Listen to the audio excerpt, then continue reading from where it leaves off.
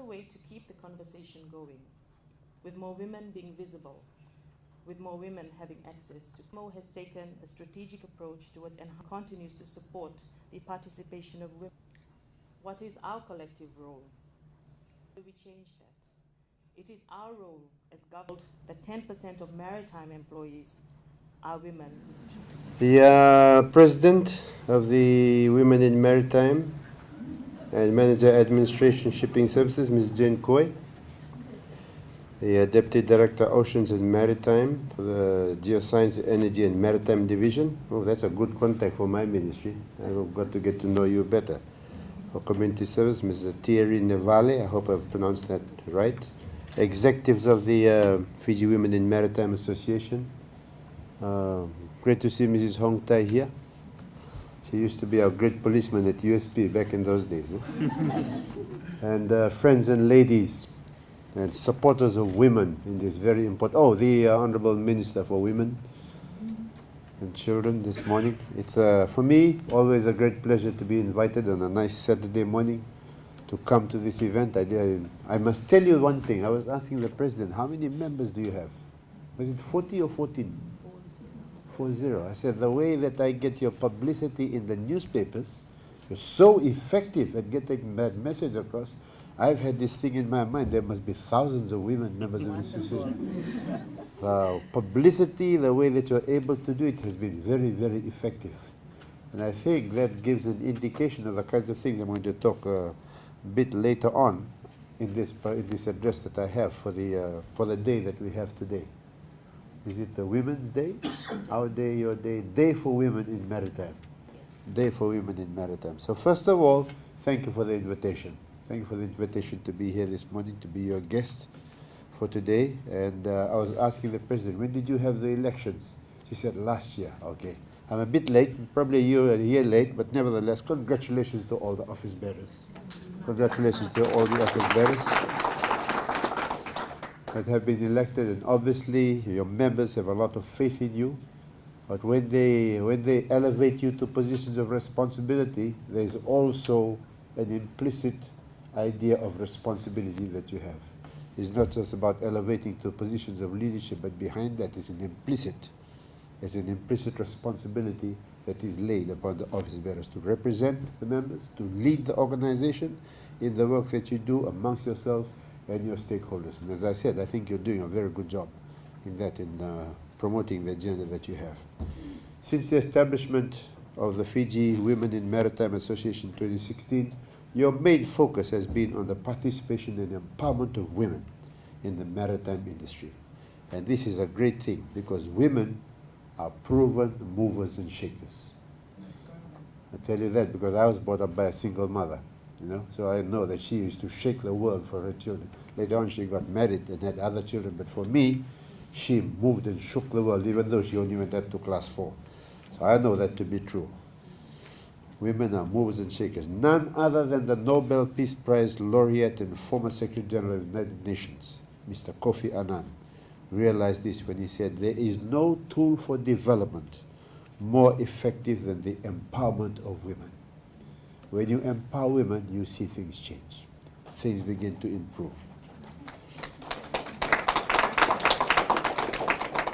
We hear it time and time again. When you unleash the power of women, things happen. I have heard that thought being expressed in the church, in the village, in my family, in our communities, in the corporate sector, everywhere. Where the power of women is realized, we see great development. I'm a Methodist.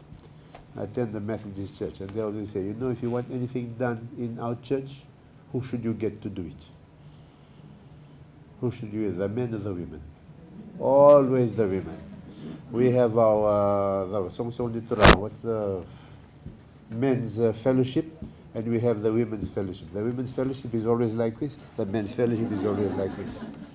So all of these things, those sorts of ideas come through. When you really want things done, it's good to get the women, because they can become committed. I don't know, maybe it's the nurturing nature. Giving milk to children, cuddling them, keeping them nice, and it translates itself into development and improving things. So empowering women in all facets of society, in all that we'll do, will reap benefits for the women and for the society, and for the people and for the country, and all of our generations that live today and those that follow us. The vision of Fiji women, women in the maritime. Why did I have WIMA? What is the A? Association. Man, must be Saturday. I think the hard time that the Honorable Gerger Tabua gave me in Parliament yesterday is impacting me today. A vision of the Fiji Women in Maritime Association to be the leading network for women empowerment and advancement in Fiji's maritime sector, including being the primary focal point for engagement at the national level in matters relating to women in maritime affairs. This is a great vision and a sizable responsibility, because the responsibility is not just for the members of your association, but for all women in Fiji that might aspire to become elevated within any sort of sector within Fiji. Moving towards this vision, because a vision is a dream that we have. It's something out there in the future. It's probably on the other side of the banks of the River Jordan, so to speak. It's a picture of the land of milk and honey that you want to get to. To be able to do that requires a lot of work. But also, when you move towards that vision, you're helping us, our country and the world, move towards SDG 5 on achieving gender equality and empowering all women. That's something very fundamental for sustainable development on Earth. Women represent half of our population. And if they can be actively engaged in economic activities, they will create wealth in Fiji that will benefit all. Not making use of them is an opportunity cost to this country. It will mean underutilizing our resources. And I think this is a perennial challenge, not only in Fiji, but in all countries around the world. Now, for the sector that you're involved in, the maritime sector, this is like the lifeblood of life for Fiji in terms of this modern economy. It's the lifeblood of Fiji. For island nations like Fiji, without maritime transportation, we die, because it's so critical and we cannot survive without it. Our neighbors in the Pacific are in similar situations. They're similar to us. We're isolated in the middle of nowhere, far from our markets. We need these transportation systems, the maritime system processes to be in place. But I understand from the notes given to me that many of our sister countries, nations in the Pacific, are now encouraging the involvement of women, their participation and their contribution. And I'm told that some of them have also set up their women in maritime associations in Papua New Guinea, Fiji, Cook Islands, Solomons, Kiribati, Tonga, Samoa, Vanuatu, FSM, Nauru, Niue, Palau, and Tuvalu. So to all of those countries, I don't think the representatives are here. Congratulations to each and every one of them. 90% of the world trade is carried by sea, and it is by far the most cost-effective way to move en masse goods and raw materials around the world.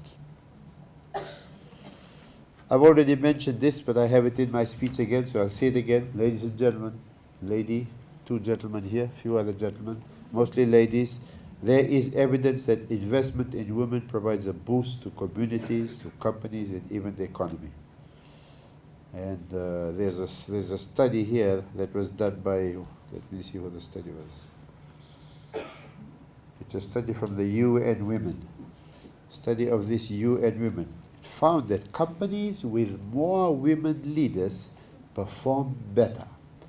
This is proven by this bottom line study on corporate performance and women's representation on boards. So that's interesting. I suppose it balances that macho type thing that men have, coordinates it all together, because today one of the most important concepts of success in business, success in anything, is the idea of collaboration and working together rather than this direct competition all the time. So I think women bring that sort of a ethos, a sort of a way of doing things. So that's what that study says. Companies with more women leaders perform better. Opportunities for women to participate in the formal economy have increased as a result of rapid industrialization. And but we know, we're seeing this in Fiji. Do you know most graduates coming out of our systems now are women? A lot more of the kids that are coming out of primary school and secondary schools are women. There are a lot more people coming out in the science and technology. My daughters are all in science. I forced them to do science. The last one is still out there doing electrical electrical engineering. So there are a lot more, and I'm beginning to feel that we men are becoming the minority species, the minority gender. Women are becoming really, really powerful in our economy. However, women are still expected to carry out the majority of domestic jobs associated with their traditional gender roles. And I think it's really interesting. You have professional women, they come home and they do all the cooking and the... So as a liberated male, I try to help out the women in my house, keep the kitchen clean. I try as much as possible. We all know that women play a crucial role in marine environments and fisheries economies, specifically in the small-scale and artisanal fisheries sector, though their contribution is still invisible and to a large extent unacknowledged. They represent half of the total working population worldwide in the seafood industry as well, with fisheries, aquaculture, seafood processing, and all related services. Women also play a huge role in inland fisheries, which is an important sector for food security. Women's activities, paid and unpaid, include the full range along the value chain, as well as pre- and post-harvest activities. Women in small-scale fisheries also play key roles in managing finances at the household level and managing aquatic resources at the community level. This does not necessarily translate to decision-making power for women, as these roles are generally ignored and undervalued. Women in indigenous and local coastal communities have extensive local and traditional ecological knowledge, which contributes towards the sustainable use and conservation of marine and coastal ecosystems. We know that women have shouldered all kinds of responsibilities with great success, with grand success. Every profession has its own set of challenges, and so does this industry, the maritime sector, the maritime industry. Women, I know now, are beginning to enter or have been entering the seafaring trade, which is a small but a growing phenomenon, something that continues to grow. I cannot overemphasize, and I think for all of you and for most of us in this room, the importance of gender equity and equality in the maritime industry, especially for Pacific Islands, where maritime travel constitutes the most popular form of travel between islands and within a country. So to all our stakeholders in the maritime sector that are here, I exhort this need for increased participation of women in the industry to ensure that gender issues are properly addressed in discussions pertaining to this popular mode of travel. Since becoming the Minister for Infrastructure, I've had to learn quite a lot about this sector, because my background has been HR, management development, that sort of things. Labor was something that I was much more familiar with. So this particular sector I have to learn. And I received quite a number of complaints about shortages in finding crew for ships.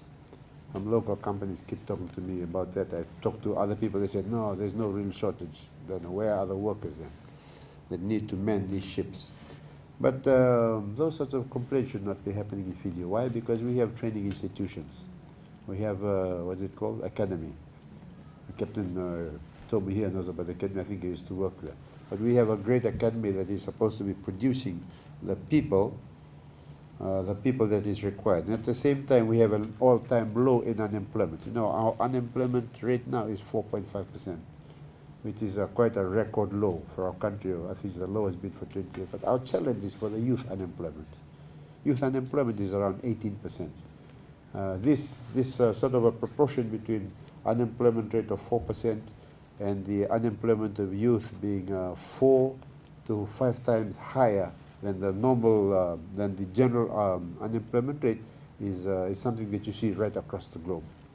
And it's a challenge for most countries in the world. So we have this, we have a relatively higher unemployment, youth unemployment of 18%. And I think it's very critical that our Maritime Academy and anybody doing training in terms of preparing people for this industry, I know not all of you are doing the actual sailing. You're also into the logistics and also all of those other areas. But it's very important that our training institutions that provide people for this industry make sure that they're producing the right numbers, the right quality, fit for purpose.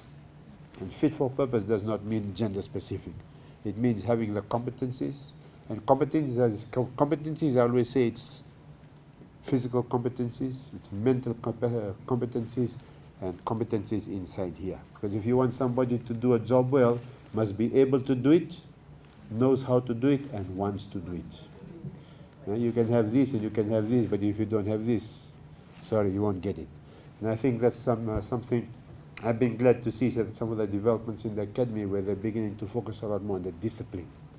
Discipline, because I remember when we were at FNU and FIT, I see my old friend there from TPF days there in our training sector. There was a lot of times we focus on this, but we forget this. This is the desire to do it and the discipline to do things, the discipline to give up things when you need to give them, the discipline to be able to stick to the task at hand. Those sorts of things are very important, and I hope my call is for the Maritime Academy and all the institutes that are doing the training, make sure that they are producing the right kind of people and the right numbers that this industry needs. Business owners must also ensure that they do not discriminate amongst people within the sector and make sure they do the right thing by the workers, pay the right wages, fix their working environment, and remove any barrier that might stop women from entering the sector. I don't know whether this is still the case in Fiji, but you know, there used to be all these ships in places where people work. You have men's toilets. Is that the politically correct thing to call it? Toilets or closets or whatever you call it, and none for the women, eh? So these are sort of inbuilt unconscious barriers to women entering that sort of environment. Those sorts of things have also been a barrier in the past. And I think across the sector, people that in this sector need to look at what some of these invisible barriers are and try to remove them. They are not intentionally put in there to become barriers, but they are barriers by the fact that they are there. That is something that needs to be addressed. Recently, you will have seen that government has announced the review of the national minimum wage. The national minimum wage is the lowest wage that anybody can be paid in this country. We have the national minimum wage, then we have 10 wage regulation orders. These 10 wage regulation orders are the minimum terms and conditions for employees in 10 different sectors. Construction sector, manufacturing sector, land transport sector, I don't know, security, all of these other sectors. In 10 of these different sectors, they have these wage regulation orders. I've actually asked the Minister for Employment to make sure that as they review the national minimum wage, they also develop one for this maritime sector.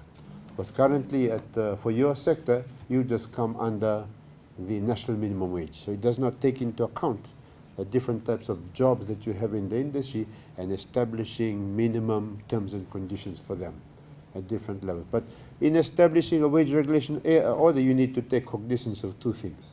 One, you want to elevate the protections for the workers in terms of salary conditions, but at the same time, you don't want to raise it too high that you kill your small and micro enterprise in that particular sector. Right? So these are the twin challenges that you have. You want to raise it, at the same time, don't kill the goose that lays the golden egg. Because in terms of the long-term development of Fiji, it is this small and medium enterprise that we have to nourish and grow.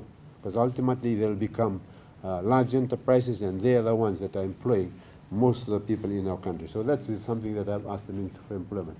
As they look at developing the national minimum wages, as they revise the existing wage regulation orders, they have to look also at this particular sector. Because having served as Minister for Employment 2 times now, and I know that the Maritime Labour Convention is in place to be able to articulate that convention to make it actually work, this will become very important. And he has assured me that they'll be working on that. So I hope when that comes up that you will actually be involve yourself in the development of that particular wage regulation order. And implicit in that wage regulation order will be the concepts of fair treatment on both parts. Because you know, when you go to work, it's like an exchange. Eh? The worker comes in, what does the worker offer? Offers what the worker can, what's this? Do. What the worker knows, and what the worker offers in terms of attitude. Worker provides that, and the employer gives wages, working conditions, recognition, no discrimination, respect. There's a mutual exchange. There's a mutual exchange of these things that happen. So All of that involves also the idea of fair treatment and removal of discrimination. One of the most important concepts of our labor laws is the idea of no discrimination. Equal work, equal pay. Equal work and equal pay. Now that has been something that has been a challenge for us in the past. Sometimes you have equal work, and because you are of the same wrong race, or you come from the wrong part of the country, or because you are the wrong sex, the pay is lower. But our labor laws actually say equal work, equal pay. There should be no discrimination on any grounds in Fiji. So to the women that are, all of you that are here today, and for those who work in this industry but are not members of the association, I am told by the president that there's more and more interest in the association. Hopefully more women can come into the association. May I emphasize that it is important for the women that are already there to persevere and become role models and become apostles of the kinds of things that we're talking about here. Do something to help out. Don't just sit and just talk. Don't just sit and talk. Do something about it. Empowering people, mentoring people. Do it on your own time. Mentor and encourage new entrants. Work to remove the barriers. That is something that we can all do. And I think the association has done a good job in terms of the publicity that you get. I don't know, how come I know so much about your system just by reading? Oh, you have those shipping pages, eh? Yes, the shipping, and you guys are right there. Sometimes I think, man, this industry must be 98% women, how powerful you've been able to do that. So I think that is something that you'll continue to do. There will be traditions to overcome and a social stigma to deal with, but if you continue and receive the support from the network of this National Women's Association, like the WIMA, you can surely succeed. So thank you once again to the founders and office bearers of your Women in Maritime Association for this initiative, for your important role. What you are doing here is not only important inspiration for women who have been working in the maritime sector to come together and build networks, but also those that are looking for a sector to start their work in. When you commit to these social responsibilities relating to women, you are not only supporting women, but actually supporting the maritime sector and the Pacific and its peoples and their future. So to all the men in the maritime, do support this association and its objectives, support women, and help these strong women to become real partners in the maritime industry. And if we do that, the industry will receive greater heights. And I'm sure that it also is our common aim for the maritime industry. With these few words, I now have great pleasure in launching the 2019 Day for Women in Maritime Open. God bless you all, God bless the association, and God bless Fiji. Before we cut, and down at the cake as we cut. Back to the camera. Good guy. I think I should be a director.